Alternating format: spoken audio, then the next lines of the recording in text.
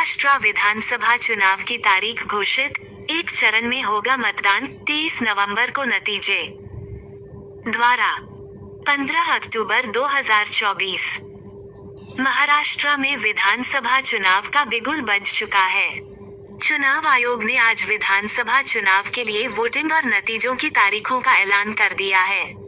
महाराष्ट्र में 20 नवंबर को एक ही चरण में मतदान होगा और 23 नवंबर को वोटों की गिनती के साथ चुनाव नतीजे स्पष्ट हो जाएंगे। घोषणा के साथ ही राजनीतिक हलचल तेज हो गई है।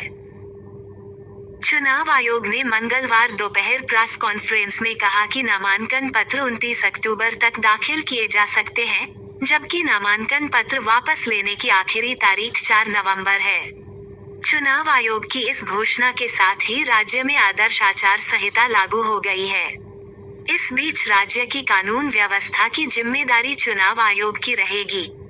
इसके साथ ही राज्य में कोई भी नई परियोजना शुरू नहीं की जाएगी। बता दें कि 288 विधानसभा सीटों वाली महाराष्ट्र विधानसभा का कार्यकाल 26 नवंबर को खत्म हो रहा है।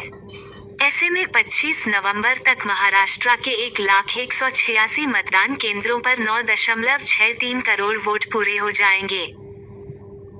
महाराष्ट्र की कुल 288 सीटों में से 29 सीटें अनुसूचित जाति एससी सीटें और 26 सीटें अनुसूचित जनजाति के लिए आरक्षित हैं।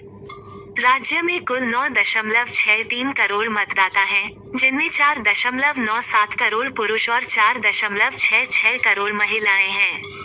20.93 लाख वोटरों में से 1.85% युवा वोटर हैं, जो इस बार चुनाव में पहली बार वोट डालेंगे। महाराष्ट्र में विधानसभा चुनाव के लिए 52,789 स्थानों पर 1,186 मतदान केंद्र बनाए जाएंगे। ये पहले से ही माना जा रहा था कि चुनाव आयोग दिवाली और छठ पूजा को ध्यान में रखते हुए तारीखों की घोषणा करेगा, क्योंकि महाराष्ट्र में काम करने वाले झारखंड बिहार के मतदाता त्योहारों के दौरान घर लौटते हैं।